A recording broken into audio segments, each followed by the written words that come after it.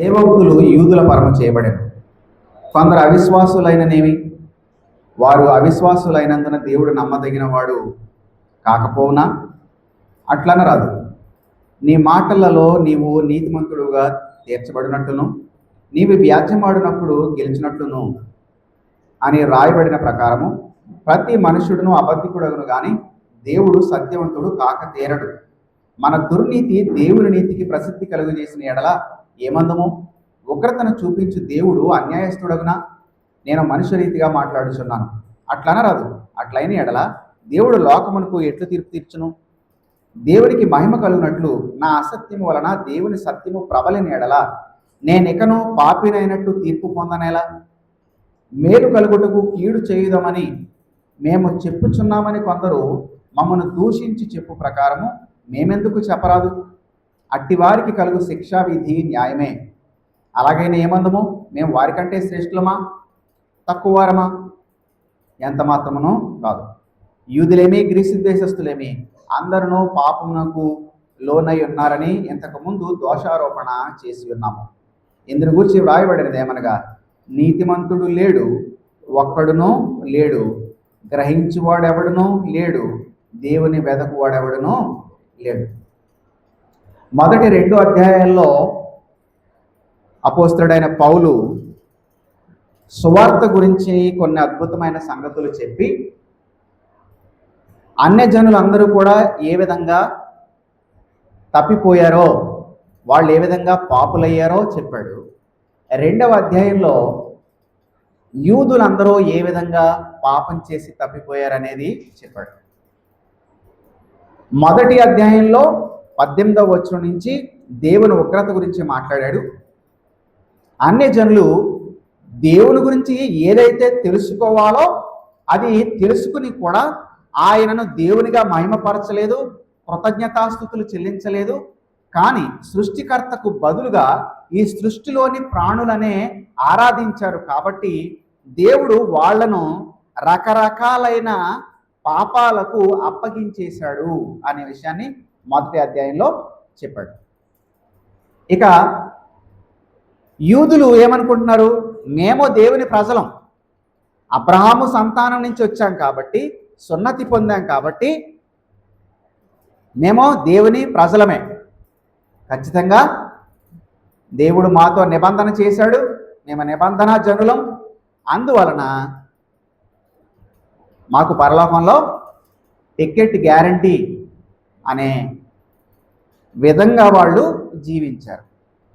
2వ అధ్యాయం అంతా పౌలు చెబుతున్న విషయం ఏంటంటే, నువ్వు బాహ్యంగా యూదుడు అయితే యూదుడవు కాదు, సున్నతి పొందినంత మాత్రాన నువ్వు దేవుని బిడ్డవు కావు.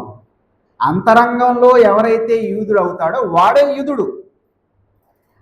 సున్నతి అనేది శరీరంలో జరుగుతుంది, కానీ అది హృదయంలో జరిగిన సున్నతికి బహిరంగ సూచన. కాబట్టి నువ్వు యూదుడిని చెప్పుకుంటూ, ధర్మశాస్త్రం నాకు ఉంది అని చెప్పుకుంటూ, ఆ ధర్మశాస్త్రంలో దేవుడిచ్చినటువంటి ఆజ్ఞలను ధిక్కరిస్తున్నప్పుడు నువ్వు దేవుని బిడ్డవయ్యే అవకాశం లేనే లేదు అని 2వ అధ్యాయంలో స్థాపించాడు. అలా స్థాపించిన తర్వాత 3వ అధ్యాయం మొదటి 8 వచనాల్లో ఏం చెప్తున్నాడంటే, కొన్ని ప్రశ్నలు జవాబుల ద్వారా అసలు యూదులకి ఎలాంటి ప్రత్యేకత, ఎలాంటి గొప్పతనం లేదా అనే విధంగా 2వ అధ్యాయంలో చర్చ చేశాడు. కానీ 3వ అధ్యాయానికి వచ్చేటప్పటికి కొన్ని ప్రశ్నలు జవాబుల ద్వారా తన మీద జనాలు ఏ విధంగా అయితే అబద్ధ సాక్ష్యం పలుకుతూ తాను చెప్పని మాటలు పౌలు చెబుతున్నాడు అన్నట్లు అందరిలోనూ ప్రచురం చేస్తున్నారు, వాటికి జవాబులు చెప్తున్నాడు. మొదటిగా అంటే ఈరోజు 9, 10, 11 వచనాలు ధ్యానం చేయడానికి ముందు మొదటి 8 వచనాల్లో ఇంతకుముందు చెప్పిన విషయాల్ని క్లుప్తంగా మీ ముందు పెడతాను. అట్లయితే యూదునికి కలిగిన గొప్పతనం ఏంటి, సున్నతి వలన ప్రయోజనం ఏంటి? ఈ 2 ప్రశ్నలు విన్నప్పుడు గొప్పతనం ఏమీ లేదు అనుకుంటాం. సున్నతి వల్ల ప్రయోజనం ఏంటి అనే ప్రశ్న అడిగినప్పుడు సున్నతి వల్ల ప్రయోజనం ఏమీ లేదు అని అనుకుంటాం. కానీ పౌలు ఎలా జవాబు చెప్పాడు దానికి? ప్రతి విషయం అందు కూడా అధికమే. యూదులు గొప్పవాళ్లే, సున్నతి వలన ప్రయోజనం ఉంది. ఎలా, ఎందుకు అనే విషయాలు జవాబు చెప్తూ, మొదటిది అంటే ప్రధానమైనది, దేవోక్తులు యూదుల పరము చేయబడెను. దేవుడు తన వాక్యాన్ని మొట్టమొదటిగా యూదులకే అనుగ్రహించాడు. అదే వాళ్ళ గొప్పతనం. అర్థమైందా? దేవుడు లేఖనాలను యూదులకే మొట్టమొదట అనుగ్రహించాడు. మోషే ధర్మశాస్త్ర గ్రంథాన్ని మొదట రాసింది ఇశ్రాయేలీయుల నిమిత్తమే. నిజానికి పాత నిబంధన కావచ్చు, కొత్త నిబంధన కావచ్చు, 99% యూదులే రాశారు. 99% ఎందుకు అన్నానంటే, లూకా సువార్తని, అపోస్తలుల కార్యాల గ్రంథాన్ని లూకా రాశాడు కాబట్టి అతడు యూదుడు కాదు అని చరిత్రకారులు అంటున్నారు. 99% బైబిల్ని యూదులే రాశారు. కాబట్టి యూదుల గొప్పతనం ఏంటి అంటే, మొట్టమొదటిగా దేవుడు తన వాక్యాన్ని యూదులకు ఇచ్చాడు. అదే వాళ్ళకు ఉన్నటువంటి గొప్పతనం. అదే ప్రపంచమంతటి దృష్టిలో వాళ్ళను జ్ఞానులుగా చేసిన విషయం. దేవుని వాక్యం ఎవరికైతే వచ్చిందో వాళ్ళను చివరికి దేవుడు దైవములు అని కీర్తనల్లో కూడా చెప్పాడు. దాన్ని యోహాను సువార్త 10వ అధ్యాయంలో ప్రభువే నేరుగా ప్రస్తావించాడు. అందువల్ల ఎవరైనా గొప్పవాళ్ళు అని అనాలంటే మనం రకరకాల కొలతలు కొలుస్తాం. వాళ్ళకి డబ్బు ఉండాలి, చదువు ఉండాలి, పేరు ప్రతిష్టలు ఉండాలి, లేదా అందం ఉండాలి, ఏదో నైపుణ్యం ఉండాలి అని. దేవుడైతే నువ్వు గొప్పవాడివి అని నిన్ను అనాలంటే నువ్వు ఆయన వాక్యాన్ని పొందితే నువ్వు గొప్పవాడివి, గొప్పదానివి అయినట్లే. యూదులు దేవుని వాక్యాన్ని పొందుకున్నారు. దేవుని వాక్యం వాళ్ళ ద్వారా రాయబడింది. దేవుని వాక్యం వాళ్ళ ద్వారా ప్రపంచమంతటా కూడా విస్తరించింది. దేవుని వాక్యాన్ని ఆరంభంలో వాళ్ళే భద్రపరిచారు. ఇదే వాళ్ళ గొప్పతనం. అందరూ నమ్మారా అయితే ఈ దేవుని వాక్యాన్ని? యూదుల్లో ఉన్న అందరూ దేవునికి లోబడ్డారా? యూదుల్లో ఉన్న అందరూ దేవుని మాటను విశ్వసించారా? లేదు. అయితే దేవుడు తన ప్రజలను పూర్తిగా విడిచిపెట్టేశాడా? అది కూడా లేదు. ఎందుకంటే యూదుల మాట తప్పినంత మాత్రాన దేవుడు మాట తప్పుతాడా? లేదు కదా. అందుకని వాళ్ళు విశ్వాసఘాతకులు అయినప్పటికీ దేవుడు మాత్రం విశ్వసనీయతను కొనసాగించాడు. అది మనకు 3-4 వచనాల్లో చెప్పాడు. మనిషి అబద్ధికుడు కానీ దేవుడు సత్యవంతుడు కాక తీరడు అని చెప్పాడు. అయితే గమనించండి, ఒకళ్ళు, నేను ఒక 2 జంటల గురించిన ఉదాహరణ చెప్పాను కదా. భార్య భర్తలు 2 జంటలను తీసుకోండి. ఒక జంటలో భార్య భర్తలు ఇద్దరు ఒకరికొకరు నమ్మకంగా ఉన్నారు కాబట్టి ఇద్దరు కూడా మంచిగానే మనకు కనిపిస్తారు. కానీ 2వ జంట తీసుకున్నప్పుడు అందులో ఎవరో ఒకళ్ళు ఒకరికి ద్రోహం చేశారు. అయితే 2వ వ్యక్తి మాత్రం, నువ్వు నాకు ద్రోహం చేసినా సరే నేను మాత్రం నీకు నమ్మకంగానే ఉంటాను అన్నారనుకోండి. అప్పుడు ఆ వ్యక్తి గొప్పతనం ఇంకా స్పష్టంగా కనబడట్లేదా? మొదటి జంట ఇద్దరు కూడా నమ్మకంగానే ఉన్నారు, వాళ్ళు మంచి వాళ్ళే. కానీ 2వ జంటలో ఎవరైతే నమ్మకంగా ఉన్నారో ఆ వ్యక్తి యొక్క నమ్మకత్వం, గొప్పతనం ఇంకా స్పష్టంగా కనబడతా ఉంది. కారణం ఏంటి? అతనికి ద్రోహం చేయబడింది, అతనికి లేదా ఆమెకు ద్రోహం చేయబడింది, అయినప్పటికీ కూడా వాళ్ళు నీతి కోసం నిలబడే ఉన్నారు. కాబట్టి తనకు చేయబడిన ద్రోహపు వెలుగులో చూస్తే అతని నమ్మకత్వం లేదా ఆమె నమ్మకత్వం ఇంకా స్పష్టంగా కనబడుతుంది.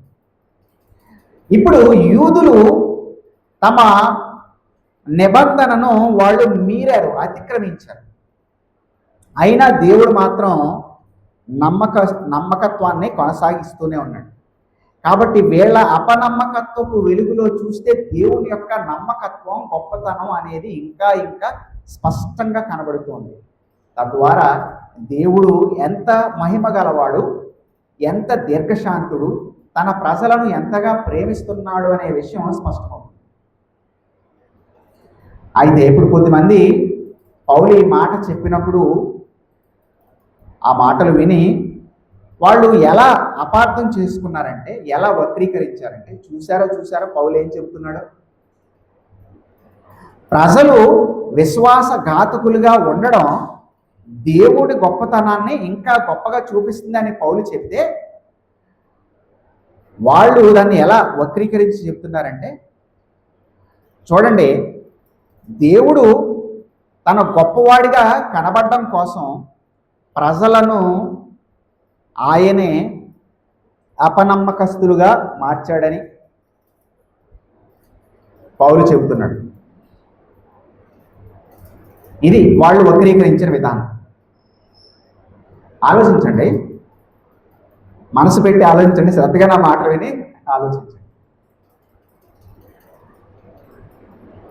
దేవుడు ప్రేమ గలవాడు. అయితే తన ప్రేమను ఇంకా గొప్పగా చూపించుకోవడం కోసం తన ప్రజల్లో ద్వేషాన్ని నింపాడు ఆయన? నింపలేదు. దేవుడు సత్యస్వరూపి. తన సత్యం ఇంకా గొప్పగా కనబడడం కోసం ప్రజలను అసత్యంలో ఆయనే ముంచాడా? లేదు. దేవుడు న్యాయవంతుడు. తన న్యాయాన్ని గొప్పగా చూపించుకోవడం కోసం, తన నీతిని గొప్పగా చూపించుకోవడం కోసం ప్రజలను ఆయనే దుర్నీతిలో ముంచేశాడా, లేకపోతే ఆయనే అన్యాయస్తులుగా వాళ్ళని చేసేసాడా అంటే కాదు. కానీ ప్రజలు పౌలు చేస్తున్న బోధన ఆ విధంగా చెప్పడం మొదలుపెట్టారు. ఒక క్షణం ఇదే ఆలోచించండి. అదే నిజము అని ఊరినే ఊహిద్దాం. దేవుడు తన సత్యాన్ని గొప్పగా చూపించుకోవడం కోసం మనుషుల్ని అసత్యంలో ఆయనే ఉంచితే, తన నీతిని గొప్పగా చూపించుకోవడం కోసం ఆయనే ప్రజలను దుర్నీతిలో ముంచేస్తే, తన ప్రేమను గొప్పగా చూపించుకోవడం కోసం ఆయనే ప్రజలను ద్వేషంతో నిండిన వారిగా చేసేస్తే, ఆ తర్వాత మళ్ళీ ఆయనే మీరు పాపం చేశారు అని శిక్ష విధిస్తే ఆయనలో ఏమైనా న్యాయం ఉంటుందా? ఉన్నట్లా? ఉదాహరణకి ఒక టీచర్ ఉన్నాడు. పిల్లోడు ఎగ్జామ్ రాయడానికి కూర్చున్నప్పుడు కళ్ళకు గంతలు కట్టేసి, నోట్లో గుడ్డలు కుక్కేసి, చేతులు కాళ్ళు బంధించేసి ఉన్నాడు అనుకోండి. అప్పుడు పిల్లోడు ఎగ్జామ్ రాయగలుగుతాడా? రాయలేడు. ఎన్ని మార్కులు వస్తాయి? అప్పుడు 0 వస్తాయి. పరీక్ష పేపర్లు ఇచ్చేటప్పుడు ఇదిగో నీకు 0 మార్కులు వచ్చినాయి, చదువురాని ముద్ద అని బెత్తం తీసుకుని గట్టిగా కొట్టాడు అనుకోండి. ఆ టీచర్లో ఏమైనా న్యాయం ఉందా? లేదు కదా. ఇప్పుడు పౌలు మాటలను చాలా మంది క్రైస్తవ విరోధులు ఆ విధంగానే వక్రీకరించారు. ప్రజలను పాపంలో దేవుడే ముంచేశాడు, మళ్ళీ ఇప్పుడు దేవుడు ఏం చేస్తున్నాడు? శిక్ష విధిస్తున్నాడు. ఒకవేళ ఆయనే పాపంలో ముంచి ఆయనే శిక్ష విధిస్తే ఆయన చూపించేటటువంటి ఆ వక్రత అనేది పూర్తిగా అన్యాయంతో కూడినది అవుతుంది. అందువల్ల దేవుడు చూపించే ఉగ్రత న్యాయమైనది. కాబట్టి ఇప్పుడు దాన్ని బట్టి మనం ఏం చెప్పాలి? దేవుడు ఏ ఒక్కరిని కూడా పాపంలో ఆయన ముంచలేదు. ఏ ఒక్కరిని అబద్ధాలాడేవాళ్ళుగానో, రకరకాలైన పాపాలకు అంటే మత్తుకు, వ్యభిచారానికి బానిసలయ్యేవారిగానో, లంచగొండులుగానో దేవుడు ఎవరిని కూడా బలవంతం చేసి వాళ్ళని ఆ పాపంలో కట్టేయలేదు.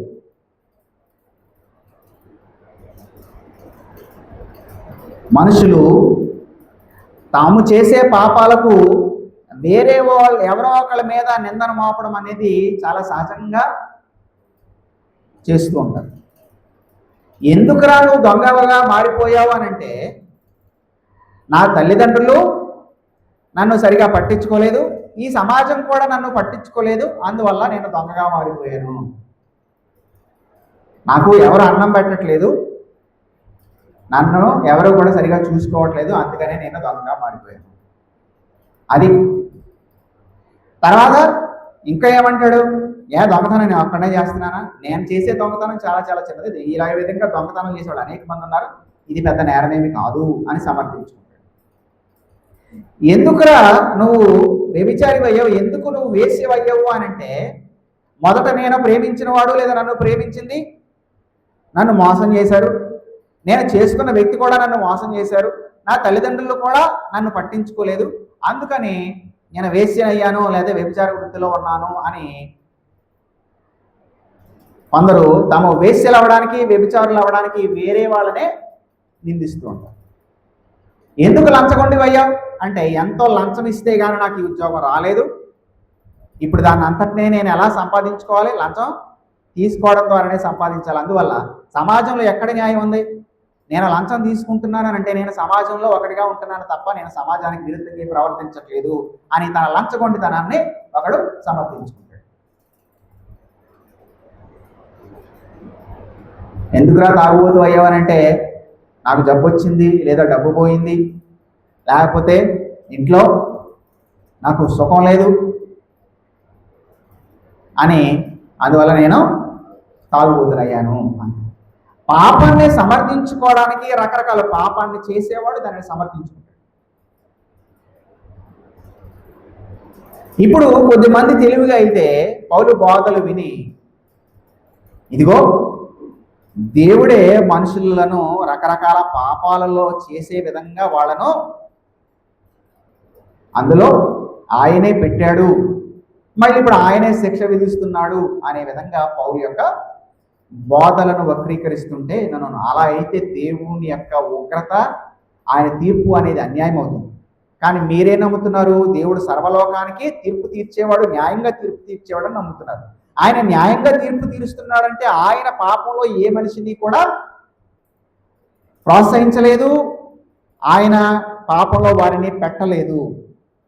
మనిషి పాపం చేస్తున్నాడంటే తన సొంత నిర్ణయాన్ని బట్టే పాపం చేస్తున్నాడు అనేది పౌలు స్థాపిస్తున్నాడు. ఎవరైతే ఈ విధంగా పౌలు గారి బోధలను వక్రీకరిస్తున్నారో వాళ్ళందరూ కూడా దేవుని శిక్షా విధికి గురవుతారు.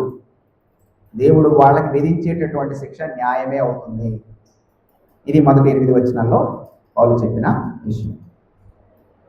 సో దేవుడు సత్యవంతుడు, దేవుడు న్యాయవంతుడు, దేవుడు నీతి న్యాయాలతో తీర్పును తీర్చేవాడు, దేవుడు మహిమ గలవాడు అనే విషయాలు కూడా మనం ఈ 8 వచనాల్లో మనం ప్రస్తావించుకున్నాం. ఇప్పుడు 9, 10 వచనాలు ఒకసారి చూద్దాం. ఒకసారి నేను 9, 10 వచనాలు చదువుతాను, మీరు గమనించండి. ఒకసారి ఈ వాక్యాన్ని అందరూ చూడండి బైబిల్ నాతో పాటు, వీలైతే చదవండి మీరు కూడా. అలాగైనా ఏమందుము, మేము అంటే ఎవరు ఇక్కడ? యూదులు అన్నమాట. మేము వారి కంటే, వారి అంటే అన్యజనుల కంటే, యూదులమైన మేము అన్యజనుల కంటే శ్రేష్ఠులమా తక్కువ వారమా? ఎంత మాత్రము కాదు. అంటే మేము గొప్ప వాళ్ళము కాదు, తక్కువ వాళ్ళము కాదు. అంటే దాని అర్థం ఏంటి? వాళ్ళతో మేము కూడా సమానులమే. ఏ విషయంలో అన్నాడు? ఇంతకుముందే మేము ఏమి స్థాపించామంటే, యూదులేమి గ్రీసు దేశస్తులేమి అందరూ పాపమునకు లోనై ఉన్నారు అని ఇంతకుముందు దోషారోపణ చేసి ఉన్నాం. మొదటి 2 అధ్యాయాల సారాంశాన్ని పౌలు ఈ ఒక్క మాటలో చెబుతున్నాడు. యూదులేమి గ్రీసు దేశస్తులేమి అందరూ కూడా పాపమునకు లోనై ఉన్నారు. లోనై ఉన్నారు అనే ఈ మాట ఇంగ్లీష్లో ఎలా ఉందంటే అండర్ సిన్ అని అన్నారు. Whether Jews or Greeks all are under the sin. పాపం అనేది ఒక పెద్ద బండ లాంటిది. అయితే యూదులైనా అన్యజనులైనా ఆ పాపం అనే బండ కిందే నలిగిపోతున్నారు. పాపం అనేది ఒక యజమాని లాంటిది. ఆ యజమాని క్రింద యూదులైనా అన్యజనులైనా సరే బానిసలుగానే ఉన్నారు. పాపం అనేది చాలా బలమైనటువంటి శత్రువు లాంటిది. ఆ బలమైనటువంటి శత్రువు యొక్క పంజాల్లో యూదులైనా అన్యజనులైనా కూడా ఉంటున్నారు. అందువల్ల ఇప్పుడు చాలామంది పాపం మానేద్దాం అని అనుకున్నా సరే మానలేని స్థితిలో ఉన్నారు. కారణం ఏంటి? పాపం అనేది చాలా బలమైన యజమానిగా ఉన్నప్పుడు బలహీనుడైన దాసుడు యజమానికి లోబడకుండా ఏం చేస్తాడు? ఒకవేళ మన దగ్గర పనిచేసేవాడు మనకన్నా బలవంతుడు తెలివైన వాడైతే మనల్ని ఎదిరిస్తాడు.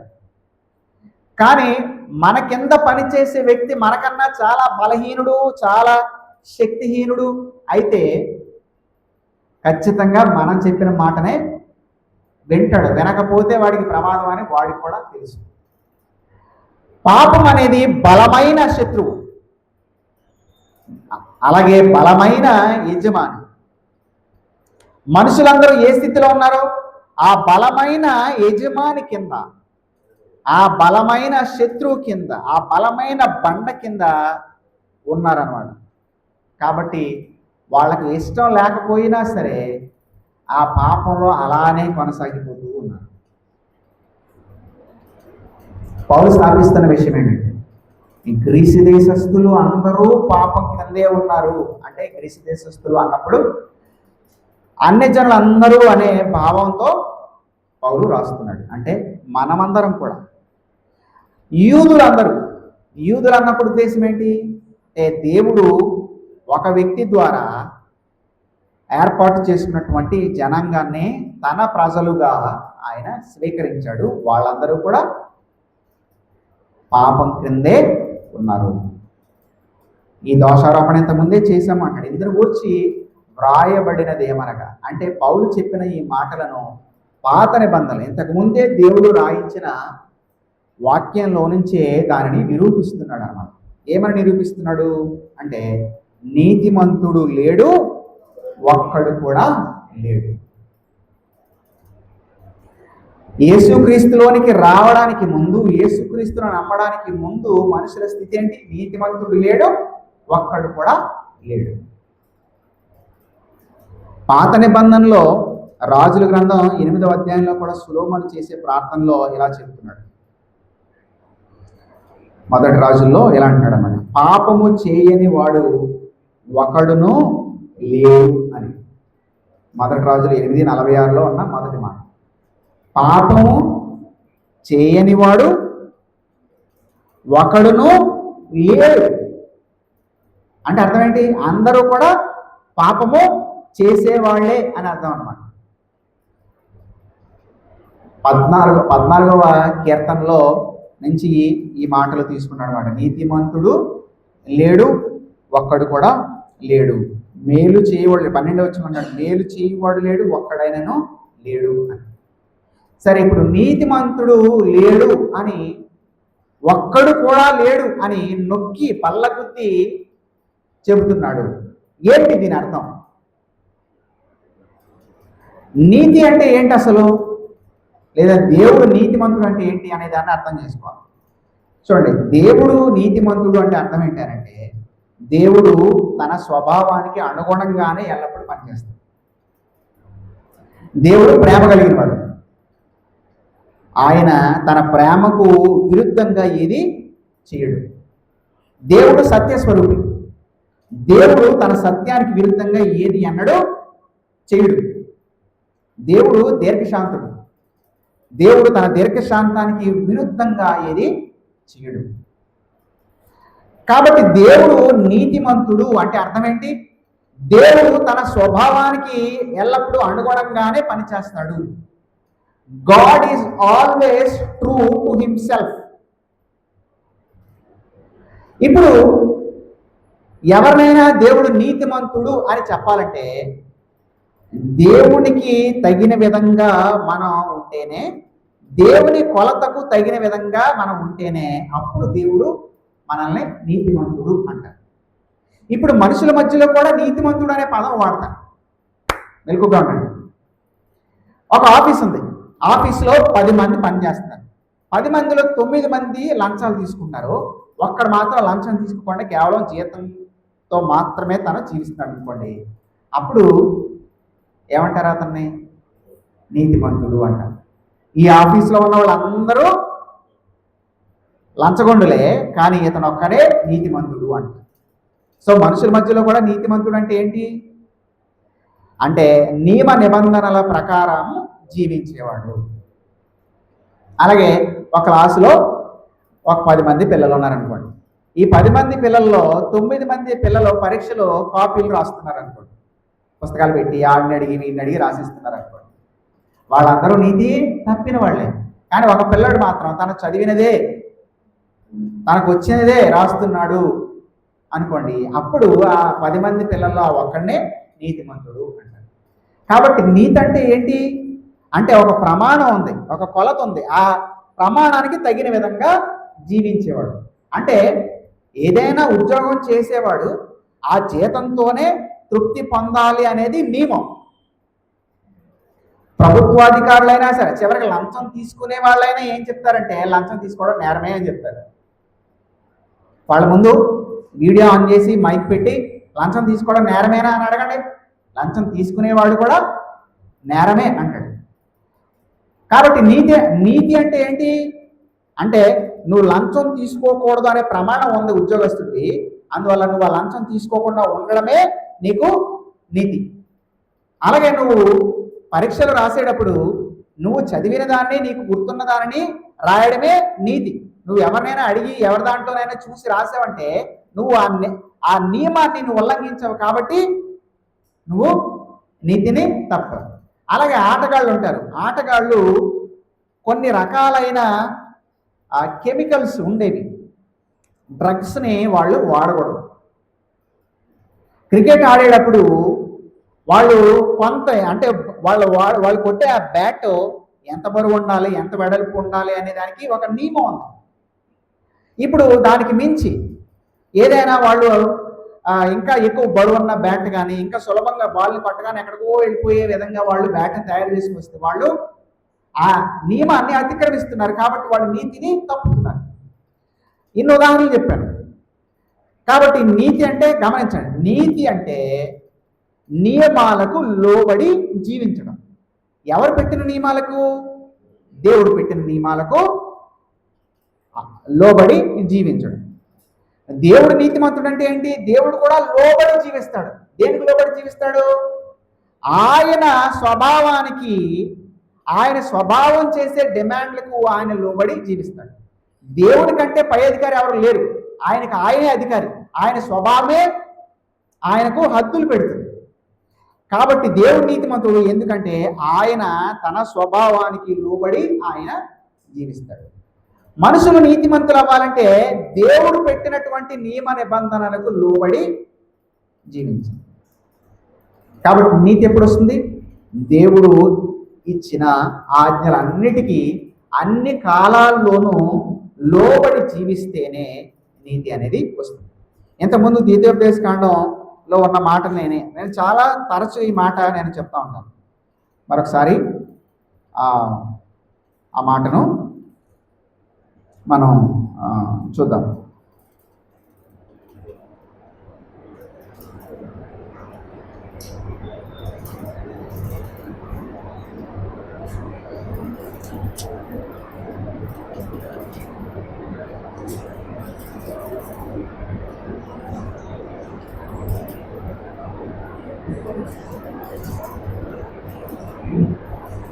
ద్వితీయోపదేశకాండంలో అంటున్నాడు, నీవు యెహోవా ఇచ్చిన ఆజ్ఞలన్నిటినీ అనుసరించినప్పుడు నీకు నీతి కలుగును అని అంటున్నాడు.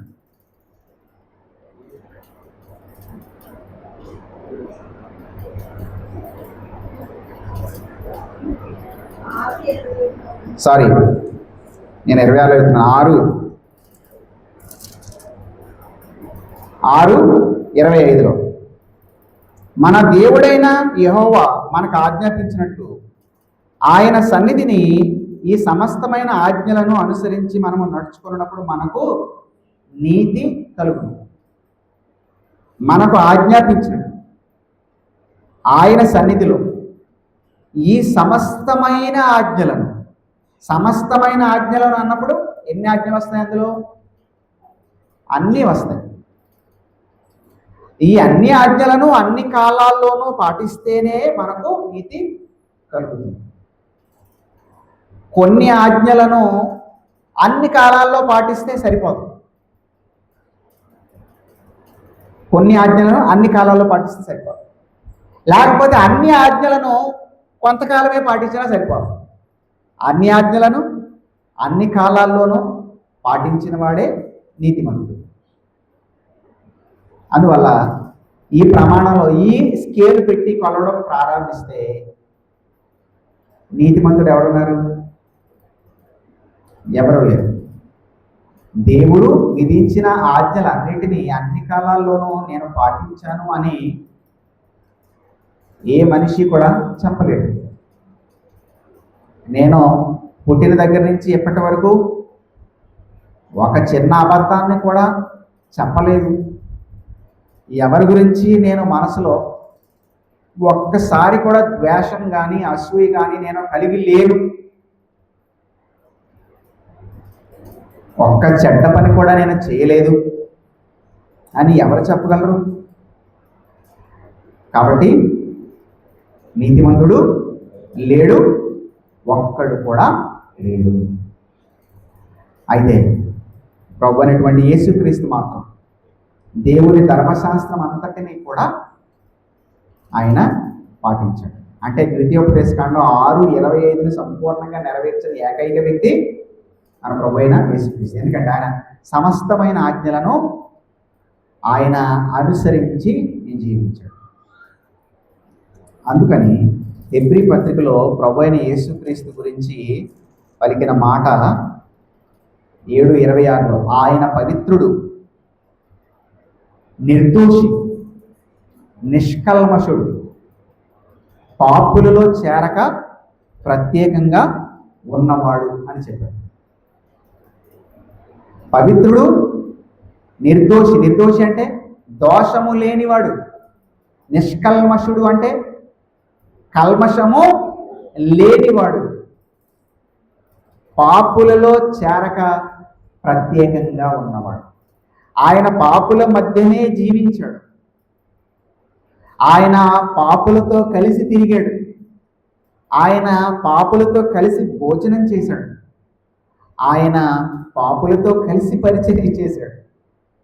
కానీ ఆయన మాత్రం దోషం లేనివాడిగానే జీవించాడు. పాపం లేనివాడిగానే జీవించాడు. ఆయనతో 3.5 సంవత్సరాలు ఉన్న పేతురు ఆయన గురించి రాసిన మాట ఏంటంటే, 1 పేతురు 2వ అధ్యాయంలో ఇలా అంటున్నాడు, ఆయన పాపము చేయలేదు, ఆయన నోటను ఏ కపటమును కనబడలేదు, ఆయన దూషింపబడి బదులు దూషింపలేదు. 3.5 సంవత్సరాలు పేతురు ప్రభు అయిన యేసును వెన్నంటే ఉన్నాడు. 3.5 సంవత్సరాలు ప్రభువుని గమనించిన తర్వాత పేతురు ప్రభు గురించి పలుకుతున్న మాట ఏంటంటే, ఆయన పాపం చేయలేదు అని. నాతో ఎవరైనా 1 గంట సేపు సమయాన్ని వెచ్చించారనుకోండి, నా బలహీనతలు ఏంటో, నా పాపం ఏంటో, నా అయోగ్యత ఏంటో వాళ్ళకి స్పష్టంగా తెలిసిపోతుంది.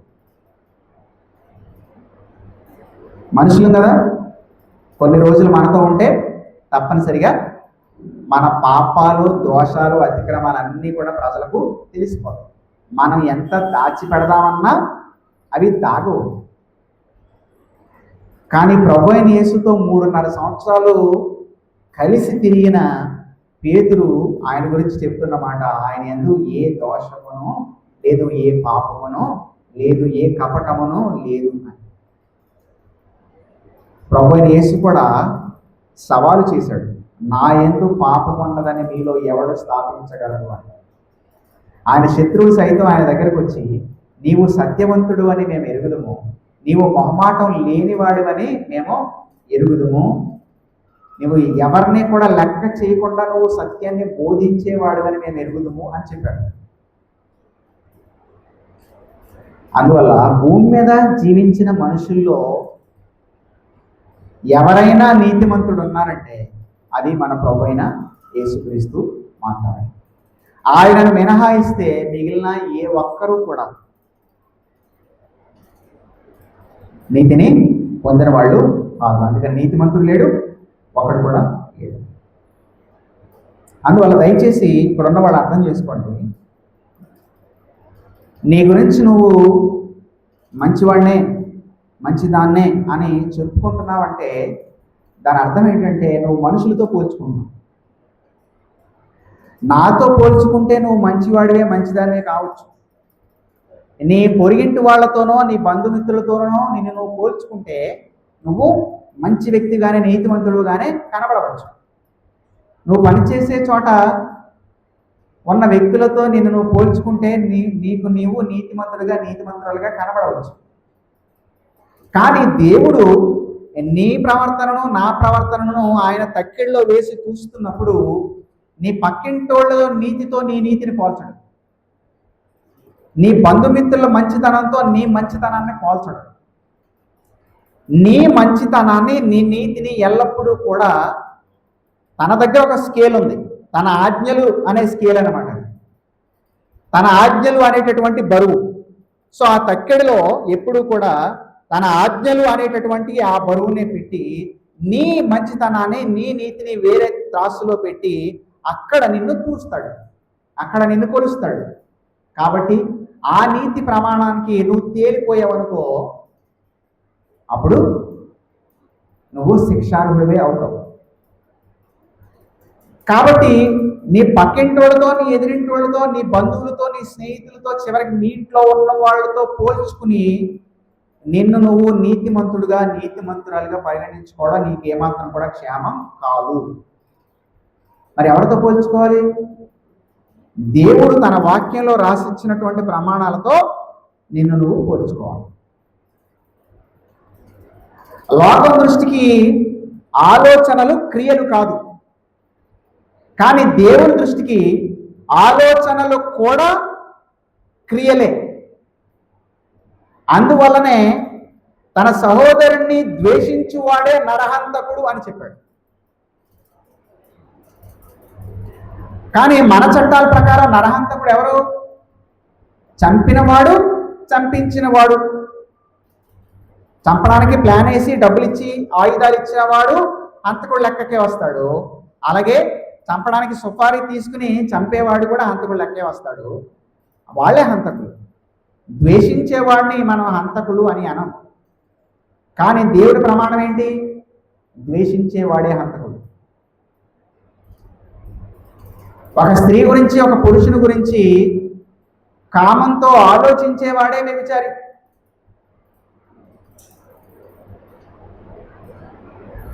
ఈ బాణంలో చూస్తే మనం ఎవరిని నీతిమంతుడు అని అనగలం? దయచేసి ఎవరు కూడా మిమ్మల్ని మీరు దేవుని వాక్యం ప్రకారం చూస్తే మిమ్మల్ని మీరు నీతిమంతులు అని అనుకోవద్దు. నీతిమంతుడు ఒక్కడే ఉన్నాడు, ఆయనే ప్రభువైన యేసుక్రీస్తు. కాబట్టి మీరు మీ జీవితాన్ని పరిశీలించుకుని మిమ్మల్ని మీరు నీతిమంతుడు అని అనుకుంటే గనక ప్రభువు మీకు ఏ విధంగానూ కూడా సేవ చేయలేడు. కానీ దేవా, నీవు కోరిన నీతి మాలో లేదు అని మీరు నిజాయితీగా ఒప్పుకున్నప్పుడు, నీతిమంతుడు నీవు ఒక్కడవే ఉన్నావు అని నువ్వు ప్రభువు దగ్గర అన్నప్పుడు, దేవా నా పాపాన్ని పరిహరించి నన్ను రక్షించగలిగిన వాడు నీవే అని ప్రభువైన యేసును విశ్వసించినప్పుడు ఒక గొప్ప మేలు జరుగుతుంది. తను సంపాదించిన నీతిని ఆయన నీ ఖాతాలోనికి పంపిస్తాడు. మనం స్పెషల్ మీటింగ్ పెట్టుకున్నప్పుడు కూడా ఈ విషయాలు మనం జ్ఞాపకం చేసుకుంటాం. నీతిమంతుడు ఒక్కడే ఉన్నాడు, ప్రభువైన యేసు. అయితే ఇప్పుడు బైబిల్ మొదటి నుంచి ఆఖరి వరకు చూస్తే చాలా మందిని నీతిమంతుడు అని బైబిల్ చెప్పింది. నోవహు గురించి నీతిమంతుడు అని రాయబడింది. అబ్రహాము గురించి నీతిమంతుడు అని రాయబడింది. లోతు గురించి నీతిమంతుడు అని రాయబడింది. సుమయోను అనే భక్తుడి గురించి నీతిమంతుడు అని రాయబడింది. జకరియా, ఎలిజబెత్ల గురించి నీతిమంతుడు అని రాయబడింది. మరి ఏళ్ళ నీతిమంతులు అయ్యారు? పౌలు గారు చెప్తున్న మాట ప్రకారం నీతిమంతులు ఎవరో లేరు. కానీ నోవహు, అబ్రహాము, లోతు, జకర్యా, ఎలిజబెత్, సుమియోను ఇలాంటి వ్యక్తులందరూ నీతిమంతులు ఎలా అయ్యారంటే ప్రభువైన యేసుక్రీస్తునందు విశ్వాసం ఉంచడం ద్వారా ఆయన తన నీతిని వాళ్లకు అనుగ్రహించాడు. ఆ విధంగా వాళ్ళు నీతిమంతులరే. అందువల్ల నీతి మనం సంపాదించుకోలేనిది మన సొంత క్రియల ద్వారా. కానీ విశ్వాసం ద్వారా నువ్వు ఉచితంగా పొందుకునేదే క్రీస్తు యొక్క నీతి. నువ్వు నీతిమంతుడు ఆ విధంగానే కాగలవు. మనకి ఎంత గొప్ప నిరీక్షణ ఉందో గమనిస్తున్నారా? నమ్మడం ద్వారా నీతి కలుగుతుంది.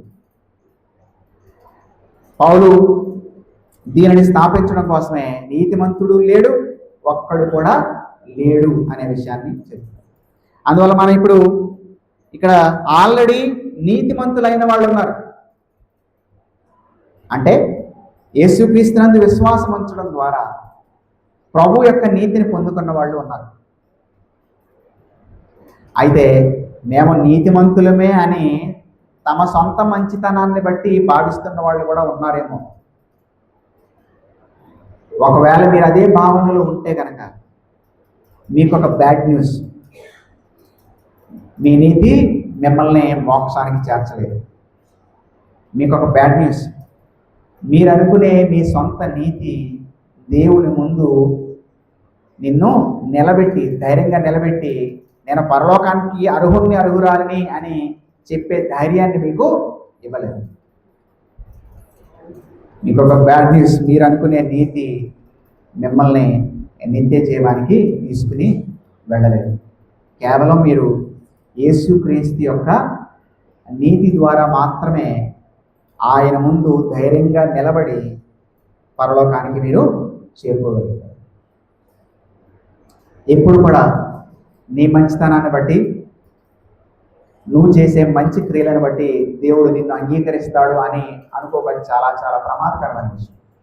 ఉపవాసాలు చేసినంత మాత్రాన దేవుడు నిన్ను నీతిమంతుడు అని చెప్పడు. దాన ధర్మాలు చేసినంత మాత్రాన దేవుడు నిన్ను నీతిమంతుడు అని చెప్పడు. నువ్వు అనాథాశ్రమాలకి నీ ఆస్తిని అంతటినీ రాసిచ్చినంత మాత్రాన దేవుడు నిన్ను నీతిమంతుడు అని చెప్పడు. ప్రభు అయినటువంటి యేసుక్రీస్తు యొక్క శిలువ దగ్గర నీ పాపాలు ఒప్పుకున్నప్పుడు, ఆయన యందు విశ్వాసం ఉంచినప్పుడు మాత్రమే దేవుడు నిన్ను నీతిమంతురాలు అని ఆయన ప్రకటిస్తాడు. ఆయన స్వరూపంలోనికి నెమ్మదిగా నిన్ను చెక్కి సంపూర్ణమైన నీతితో ఎదుట మిమ్మల్ని నిలబెట్టుకుంటాడు. ఇంతటి సువార్త, గొప్ప వార్త దేవుడు మనకు తన వాక్యం ద్వారా తెలియజేస్తున్నాడు. అందువల్ల యేసుక్రీస్తును నమ్మడం ద్వారా నీతిని పొందిన వాళ్ళందరూ కూడా ప్రభువుకే స్తుతులు చెబుతూ మనం మన శేష జీవితాన్ని ఆ నీతిలో జీవించడానికి, క్రీస్తు యొక్క నీతిలో జీవించడానికి మనం కృషి చేయాలి. అలాంటి కృపను దేవుడు మనకు అనుగ్రహించుకుంటాడు. తల వంచండి.